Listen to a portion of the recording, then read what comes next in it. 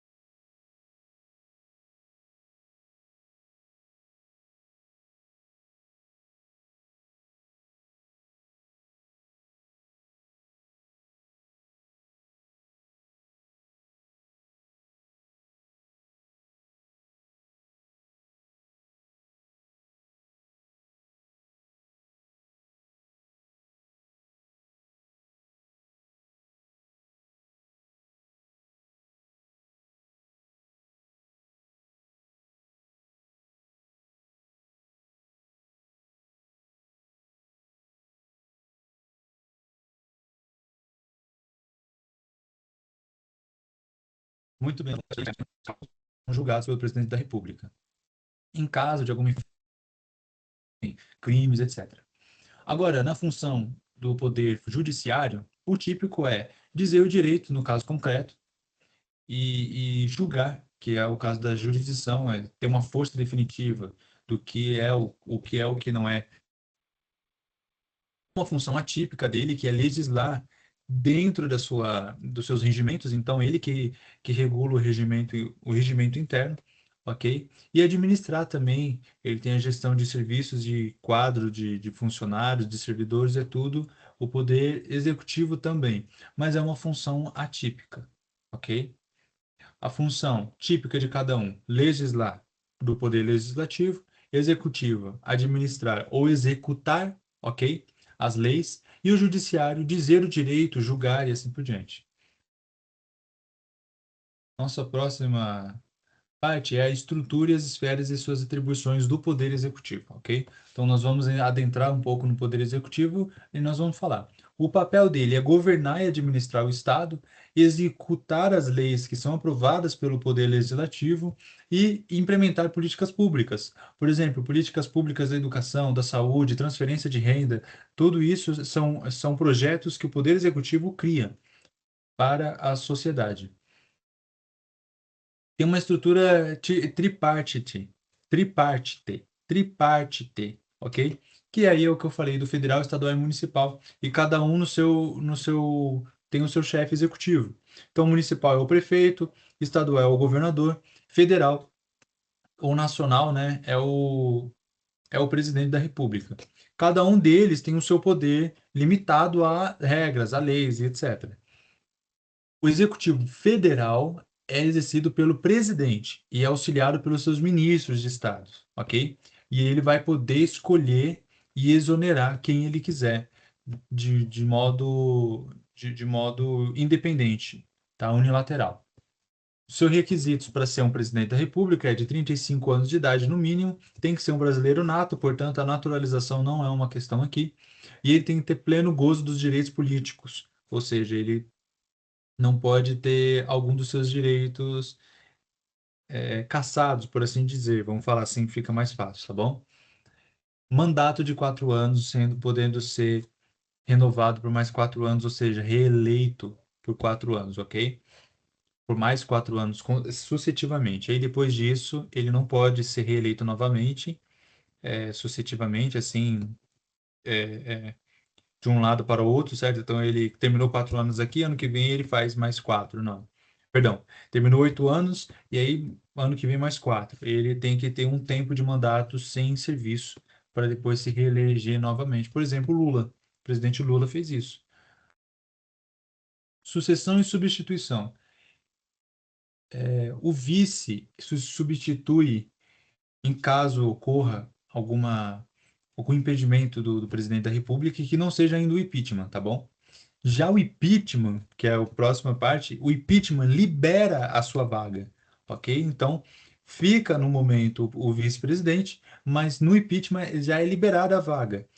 O vice-presidente, ele só vai substituir mesmo, tem um caráter substitutivo quando ele é impedido, quando o presidente é impedido por alguma razão. Está doente, está em coma, está viajando para muito longe, sim, enfim, etc. Por essas razões. O executivo estadual é exercido pelo governador, tem a mesma estrutura básica e auxílio de secretários de Estado, ok? Já o executivo municipal é exercido pelo prefeito e tem seus secretários municipais, tá bom? Então tem as secretarias, por exemplo. Tem a Secretaria da Educação, a Secretaria da Saúde, assim como os secretários do Estado, tá bom? Dos estaduais. Então tem a mesma simetria, se vocês forem ver, tem a mesma sequência do federal, do executivo federal, tá bom?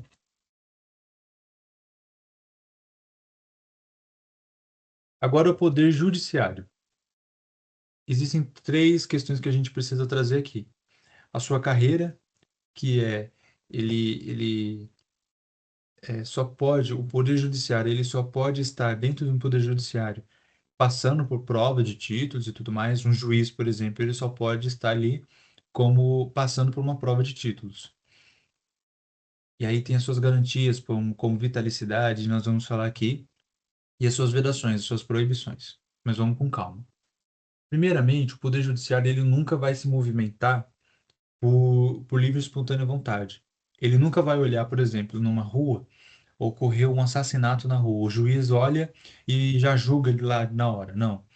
O juiz ele tem que ser provocado, ou seja, tem que haver uma petição do advogado dizendo: preciso que recorra a esse direito, preciso que o senhor julgue sobre esse problema, sobre esse litígio. E aí sim o juiz trará a sua competência de julgar, a sua competência jurisdicional.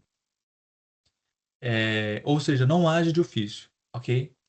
A depender da provocação para a tutela do direito da lesão ou ameaçado de lesão. Ou seja, ele depende que alguém provoque ele, que alguém fale, olha, tem um problema que a gente precisa resolver aqui. E você é o cara, certo? A forma de ingresso: concurso público de provas e títulos, como eu falei, e reserva de vagas em TRF e TJ pelo quinto constitucional. O quinto constitucional é quando promotores e advogados, após 10 anos de serviço ininterruptos, tendo um grande saber jurídico, recebe essa oportunidade de serem juízes do TRF ou do TJ, ok? Pelo quinto constitucional. Ou seja, eles têm esse direito em razão do seu nível de saber e etc. A vitaliciedade, adquirida após 2 anos de exercício efetivo, tá? Esses 2 anos são estágio probatório, varia entre 2 a 3 anos. Perda apenas por sentença judicial transitada e julgado, ou seja, o juiz cometeu alguma infração, ele é julgado em razão disso, e aí sim, ele perde a vitalicidade e, consequentemente, vai perder o cargo também. Inamovibilidade. Saído do cargo só pode por vontade própria, na exceção à aposentadoria por interesse público, a aposentadoria compulsória, certo? Então, ele, é, tendo algum problema, alguma situação de comoção pública, por exemplo, o juiz vai lá e ele é aposentado compulsoriamente, tá bom? Não chega a crimes. Crimes é uma coisa. Agora, um assunto, um fuxico, alguma coisa que ele fez que não é agradável para a sociedade, ele vai acabar sendo julgado, ele vai acabar sendo aposentado por compulsoriamente, que é por interesse público. Não é interessante que esse cara fique no cargo. Então é bom que ele saia. Irredutibilidade de subsídios. Os vencimentos não podem ser reduzidos, salvo nas hipóteses constitucionais. Ou seja, os vencimentos deles, os benefícios, não podem haver redução, a não ser que haja alguma razão para tal, mas que esteja tutelado pela Constituição, tá bom? E tem as vedações funcionais. Eles não podem exercer outros cargos e eles também não podem ter atividade política partidária e nem benefícios em processos. Ser professor pode, um juiz pode ser professor e não tem problema algum, ok? Só abaixar aqui, só não atrapalhar a gente, tá bom? Pronto. Então vamos lá, vamos para o próximo. Já no Poder Legislativo, existe a esfera federal, estadual e municipal.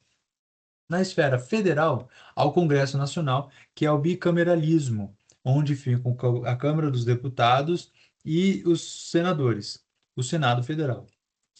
Geralmente, quem tem a iniciativa de criar um projeto-lei é a Câmara dos Deputados, ou seja, ela é a casa iniciadora. E o Senado Federal revisiona esse projeto de lei para avaliar se tem alguma inconsistência, etc. Pode acontecer, excepcionalmente, que o Senado Federal seja a casa iniciadora e a Câmara, no caso, vai ser a casa revisional. Isso é normal também, tá bom?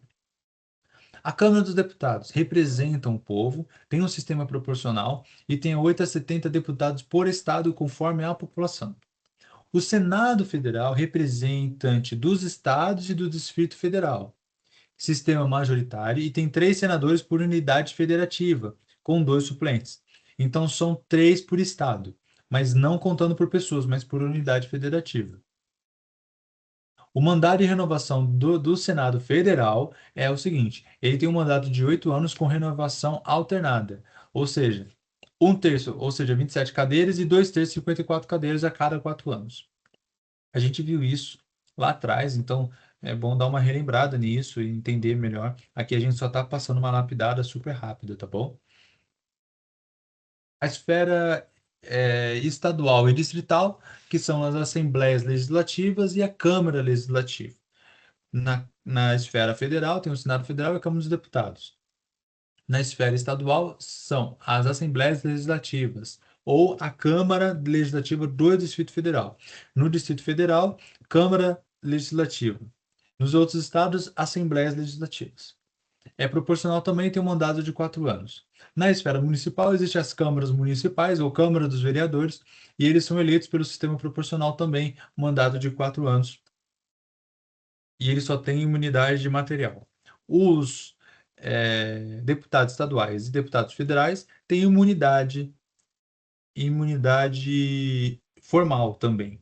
Já na esfera municipal, os vereadores só têm imunidade material, tá bom?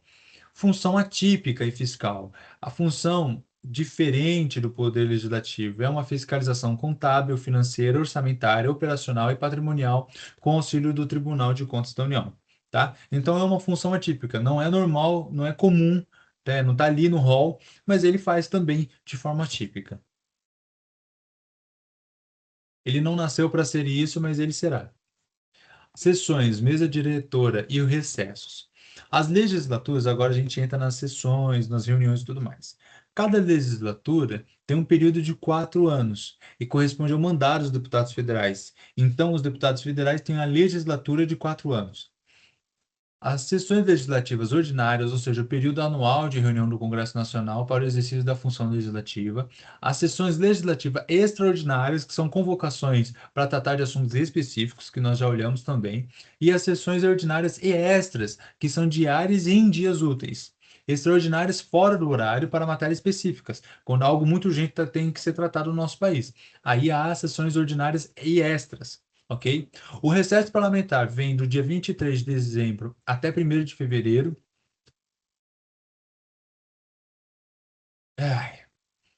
23 de dezembro a 1º de fevereiro e 18 a 31 de julho, salvo convocação extraordinária, quando ocorre um estado de sítio, e etc. Por exemplo, tá? A mesa diretora, que tem na mesa diretora o presidente, um vice, são 4 secretários e 4 suplentes, com mandatos de 2 anos, vedada a reeleição. Então, tem que ser 2 anos, depois de 2 anos, entra outra pessoa, entra uma outra mesa. Na mesa do Congresso Nacional é a composição mista, então mistura deputados e senadores. E o presidente do Senado que preside o Congresso Nacional. Tá? Sempre o presidente do Senado. Se é presidente do Senado, então ele vai presidir o Congresso Nacional também. Atribuição da mesa. Convoca ministros, solicita informações, declara perda de mandado e pode propor ADI, a ação direta de inconstitucionalidade que nós veremos no controle concentrado, tá bom? Então, atribuições da mesa, tanto do deputado federal, tanto do Senado Federal, tá bom? Eles podem. A gente vai ver isso nos legitimados, tá? No artigo 103, ok? Aí nós vamos entrar nos check and balances. Balances ou balances. Tanto faz, tá? Freios e contrapesos. Os poderes, eles são independentes entre si, ou seja, eles não dependem um do outro para fazer as coisas, mas é, ou existe ali, para que não haja um exagero nesse poder, nessa força, existe os check and balances, ou seja, os pesos e contrapesos, os freios e contrapesos. É que tem gente que fala peso e contrapeso, freio e contrapeso, enfim, mas vamos de freio e contrapeso. Os freios e contrapesos, eles vão falar assim, olha, vão, por exemplo, o Poder Legislativo vai olhar para o Executivo e falar assim, olha, não é assim que se faz. Não era assim que tinha que ser feito. O Executivo vai olhar para o Judiciário e falar, olha, isso aqui está errado. O Judiciário vai olhar para o Legislativo e falar, ó, calma aí, você... Não, não, não, não. Vamos dar exemplos para a gente entender melhor. Legislativo e Executivo.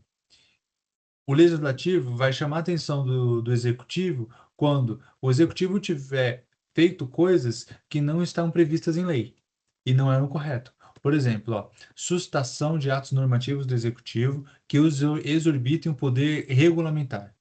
O Executivo vai lá e cria uma norma para controlar uma coisa que não é matéria para que ele deve controlar. Aí o Legislativo vai falar assim, não, isso aqui é improcedente, isso aqui é inconstitucional, não está certo. E aprovações de indicações de autoridades, entendeu? O Legislativo, ele vai olhar para o ministro do Senado, perdão, para o ministro do ministro da STF, que o presidente indicar, e aí o Legislativo vai falar assim, não, ele não pode. Ele não porque ele tem uma suspeição, ele porque ele tem um amigo muito próximo, por isso, ok? Já o executivo para os legislativos, pode vetar projetos de lei. Sim, a Câmara dos Deputados manda para o Senado para revisionar a lei. Ele fala, ó, tem isso aqui para mudar. Aí o Legislativo volta a lei volta para a Câmara. A Câmara fala assim, tá bom, vamos arrumar, vê aí de novo. Aí o Senado fala, legal, bacana, vamos levar para o presidente. O presidente pode olhar e falar assim, não, isso aqui não pode ser feito porque a situação do país não é favorável para esse tipo de lei. Veto a projetos de lei. Iniciativa privativa em matérias específicas. Medida provisória e delegações. Tem um problema, uma situação grave, específica, que está acontecendo. O Senado, o Congresso Nacional está demorando para reagir, para fazer o que tem que ser feito. Ele vai falar assim, não seja por isso. Vou fazer uma medida provisória, temporária, para tanto tempo, e aí, se der certo, o Congresso Nacional depois ele pode olhar e falar assim, realmente, vamos definir como lei. Ou não, não vamos definir como lei, não, chega o efeito, acabou, vamos criar uma outra coisa. Tá ok?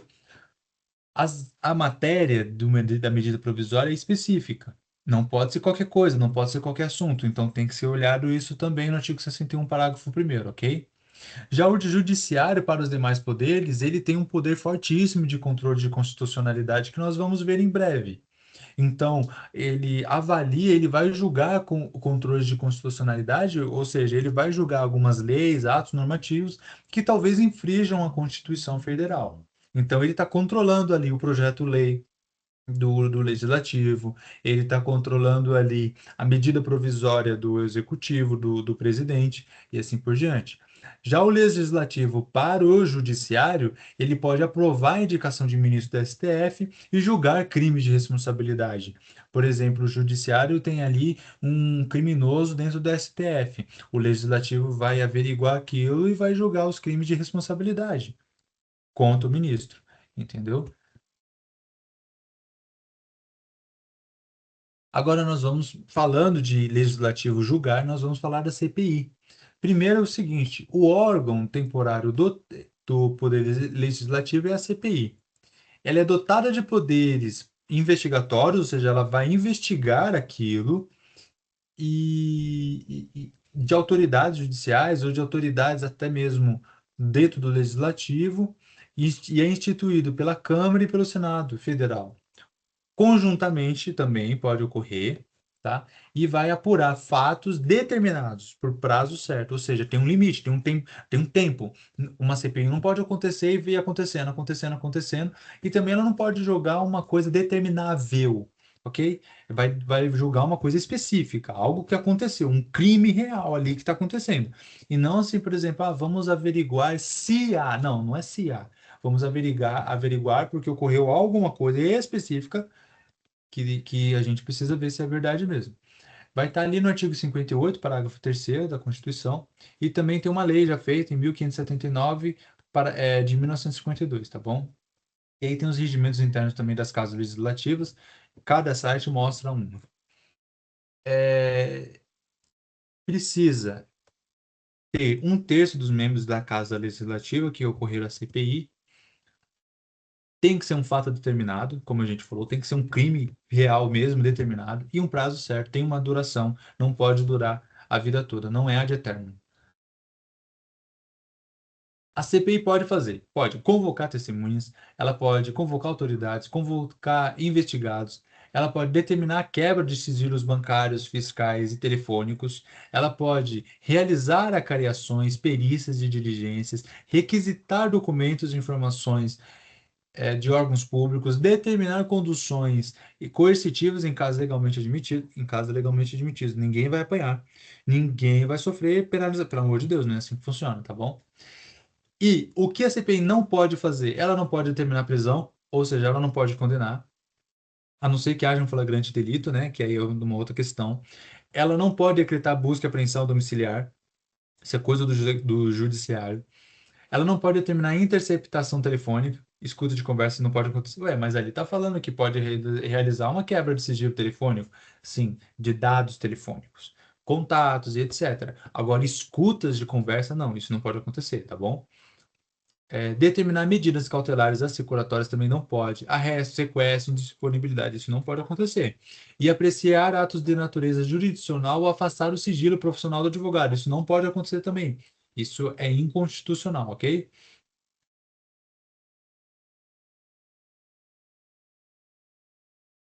Vamos lá.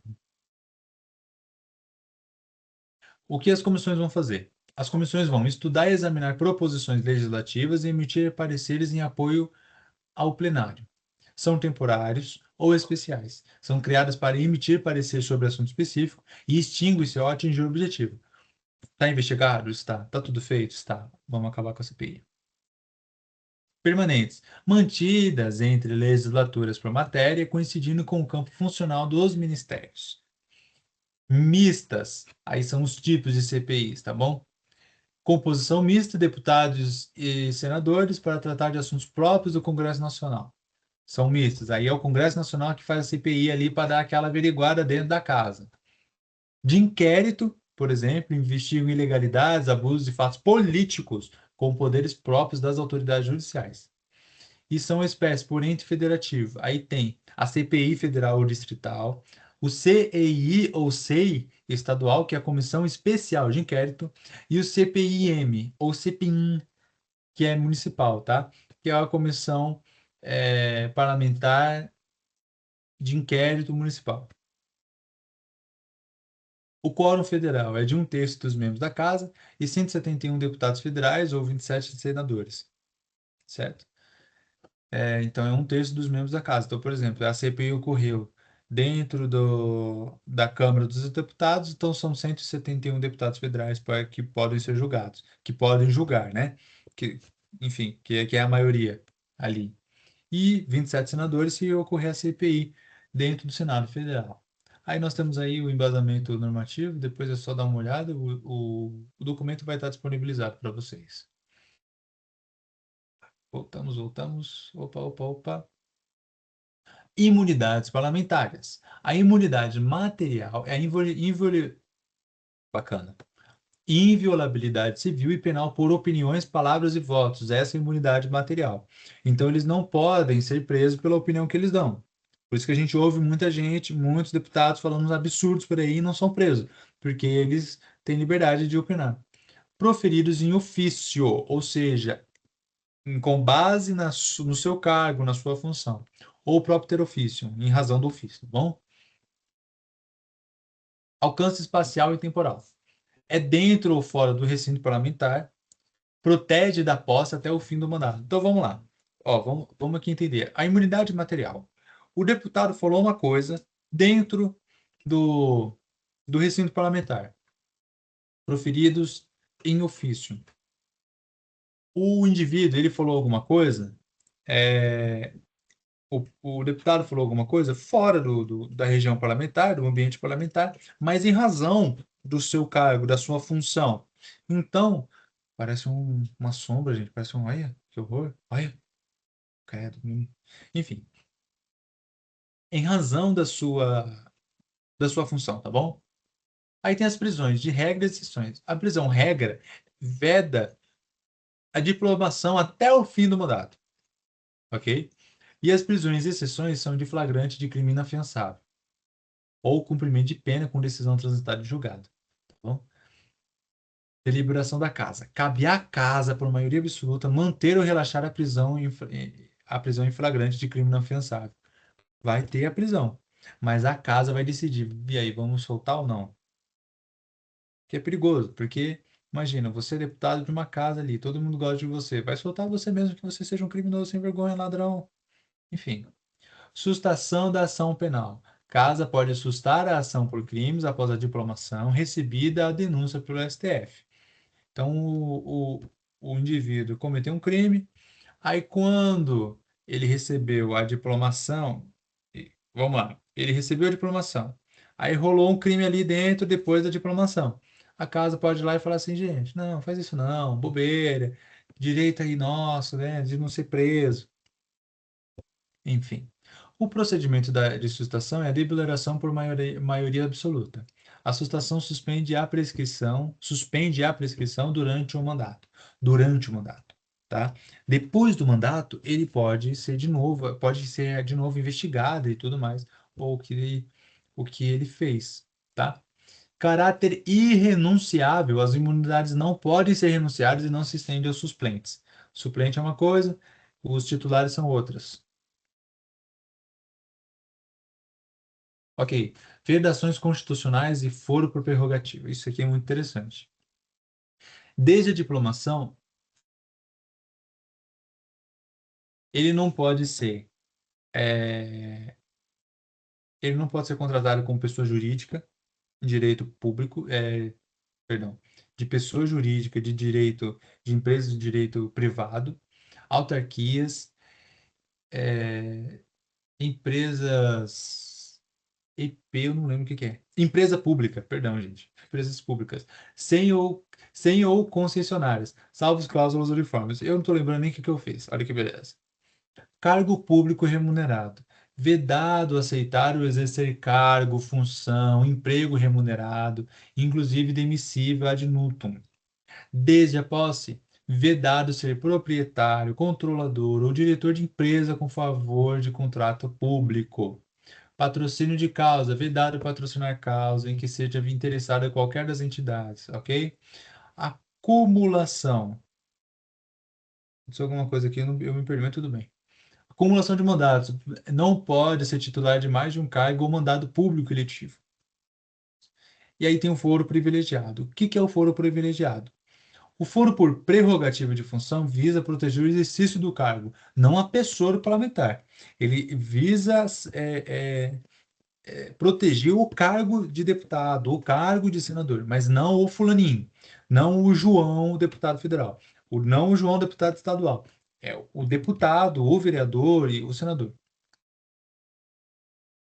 Autoridades públicas são julgadas diretamente por tribunais superiores, ou seja, eles nunca vão ser julgados na primeira instância, por exemplo. Só STF e STJ, Supremo Tribunal Federal e Superior Tribunal de Justiça, tá bom? O Estatuto dos Congressistas garante sigilo da fonte, regula incorporações às Forças Armadas e suspende imunidades do estado de sítio. Estou meio que lendo essas coisas aqui porque vocês já tivemos tudo, então eu só estou falando e lembrando para a gente ficar repetindo e minha voz ficar aqui no ouvido de vocês e vocês lembrando para a prova, que é terça-feira. Bom, vamos ver se aqui tem alguma coisa muito importante para falar. Estou olhando o horário e lembrando que nós temos o controle concentrado, tá bom? Por isso que eu estou aqui. Então vamos lá, os atos do processo legislativo, do, do poder legislativo. Iniciativa, eles podem, emenda, votação, sanção e veto, promulgação e publicação compõem o interlegislativo, tá? Eles podem emenda constitucional, lei complementar, lei ordinária, leis delegadas, medidas provisórias, decretos legislativos e resoluções. Medida provisória, como assim, Estevão? Decretos legislativos, como assim, Estevão? Eles podem aceitar, receber a medida provisória e tratar e transformar como lei. Por isso, procedimentos ordinários, aplica a lei ordinária sem prazos rígidos para a tramitação do Congresso Nacional. Procedimento sumário dos processos legislativos. Regime de urgência. O Congresso deve apreciar o projeto em 45 dias, prorrogáveis por mais 45. Procedimentos especiais. Rito próprio. Aí a gente tem que olhar o rito próprio da emenda constitucional, das leis complementares, leis delegadas e assim vai. Tá? Nós fizemos um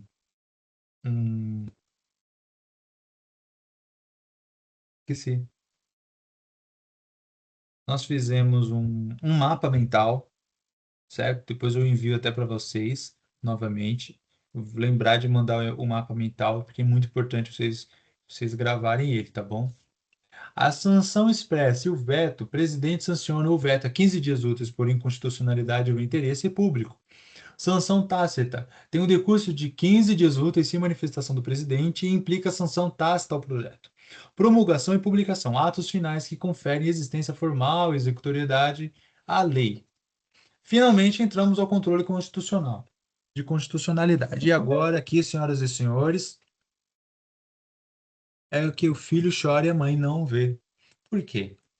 O controle de constitucionalidade é uma atividade que verifica a compatibilidade das normas infraconstitucionais e a Constituição Federal. Garante a supremacia e a rigidez do texto constitucional.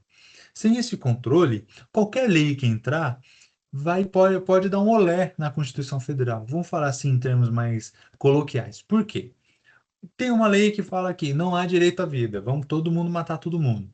A Constituição fala assim, não, não, direito à vida, princípio básico de todos, fundamental, imagina. E aí como é que faz?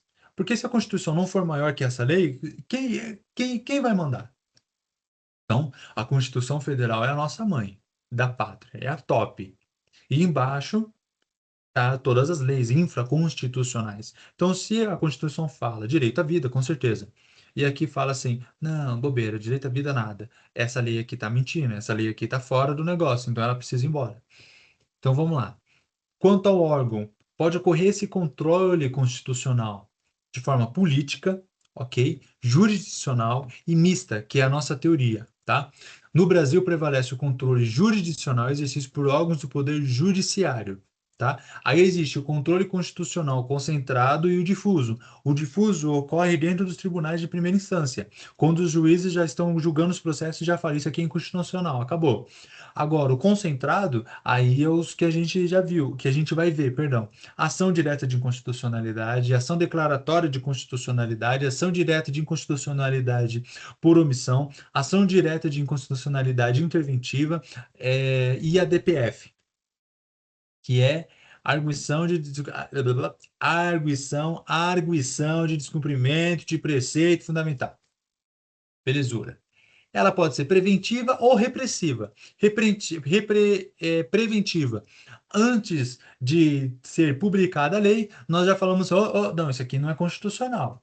E repressiva, foi publicada a lei, foi editada a lei, já está em vigência, aí a gente reprime e fala, não, não, volta, pode cancelar isso aí, tira os efeitos de tudo, tá? O repressivo é o que mais acontece, ok? É o que mais acontece.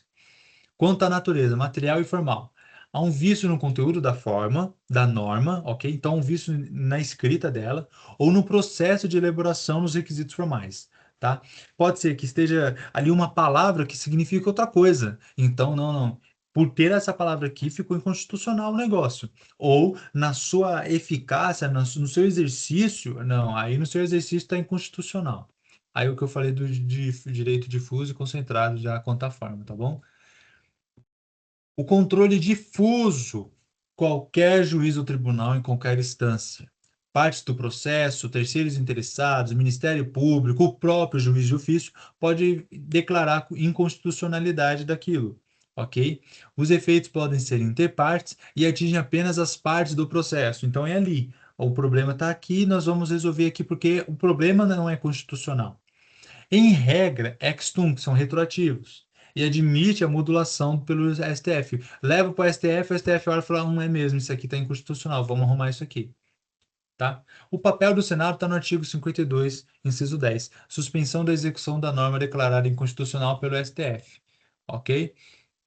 Agora nós vamos para o controle concentrado, que é ação direta de inconstitucionalidade, que vai falar de quê? Vai falar de leis que são inconstitucionais. Então, vai atacar diretamente a norma falando isso aqui é inconstitucional.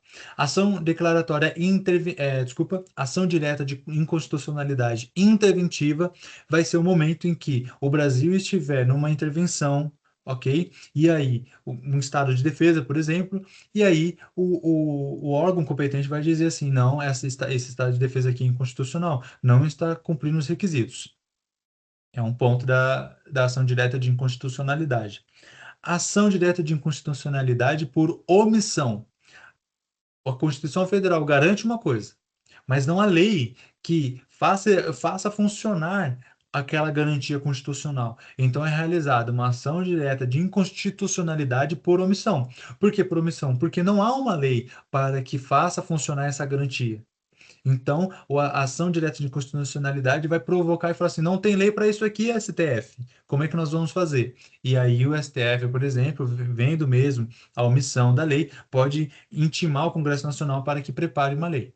Ação declaratória de constitucionalidade é diferente. Na ADI, nós atingimos a norma para dizer que ela é inconstitucional. Na ADC, nós defendemos a norma para dizer que ela é constitucional. E aí a gente começa a provar, ó, ela é constitucional por causa disso, ela é constitucional por causa disso, ela é constitucional por causa daquilo. Então ela não pode ser reprimida, ela não pode ser sancionada. Ela precisa ser protegida e vencer logo esse assunto de que ela de fato é constitucional, tá bom?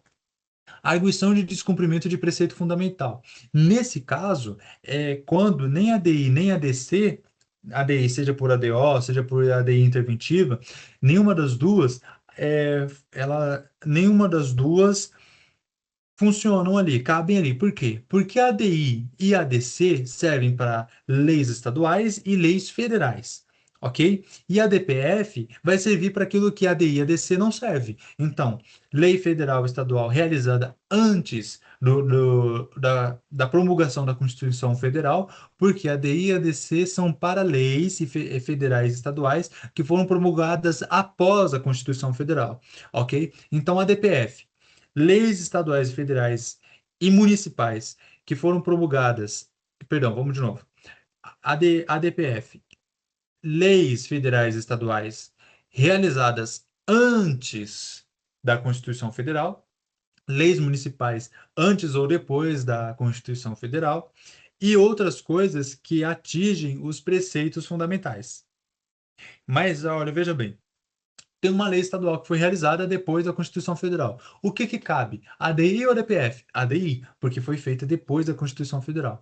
Mas, Estevão, tem uma lei federal que ela está em vigência mesmo antes da Constituição Federal. E aí, não cabe ADI? Ela está toda errada, está toda inconstitucional. Não cabe. Cabe arguição de descumprimento de preceito fundamental, tá bom? Ela não vai ser recepcionada no nosso novo ordenamento jurídico, porque ela não faz parte do novo ideal que a Constituição traz, tá bom? A DO, eu acabei explicando onde estava a ADI. Quais são os efeitos da decisão? Quando a gente fala assim, é ADI mesmo, é inconstitucional mesmo, é constitucional mesmo e assim por diante. Tem erga omnes, é o nível a todos do Brasil inteiro, tudo que depende do nosso ordenamento jurídico vai seguir isso. Então, a lei do Federal 330 foi decidido que ela é inconstitucional no país inteiro, ok? Vinculante, administração e demais órgãos do judiciário. Então, vai atingir todos os órgãos administrativos e do Poder Judiciário. Todas as decisões vão depender daquela decisão do STF. Então, vamos supor, tem até processos andando, e aí tem essa lei, a aplicação da lei e tudo mais, e o juiz quebrando a cabeça para entender e tal, e o STF fala assim, não, essa lei é inconstitucional. Aí lá no órgão, lá no fórum de Queluz, seja onde for, na Bahia, qualquer lugar, que seja muito longe, no Acre, em Santa Catarina, que seja distante de nós, por exemplo, é isso que eu quero dizer. Tem essa lei aqui sendo discutida? Não. Já acabou de sair uma decisão do STF dizendo que isso aqui não pode funcionar, então não vai funcionar mais. Não é assim que funciona, não é mais constitucional, ok? Em regra, é ex tunc, ou seja, retroage, mas admite uma modulação para ex nunc também, tá?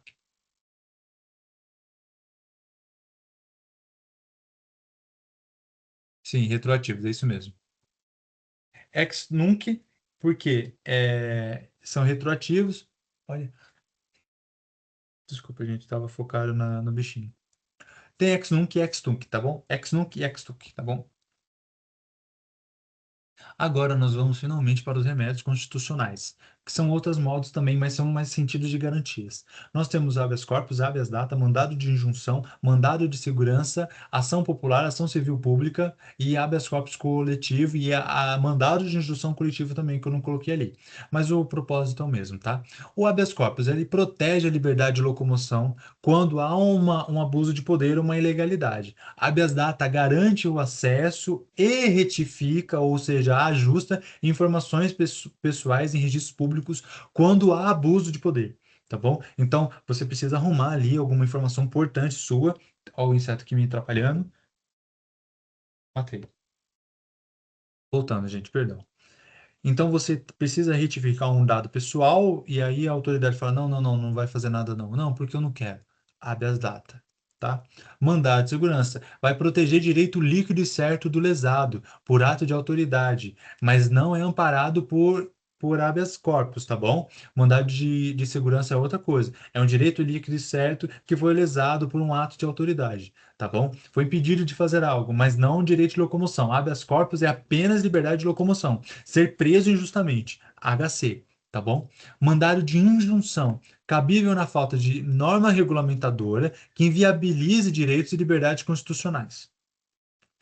Falta de norma regulamentadora que inviabilize direitos e liberdades constitucionais.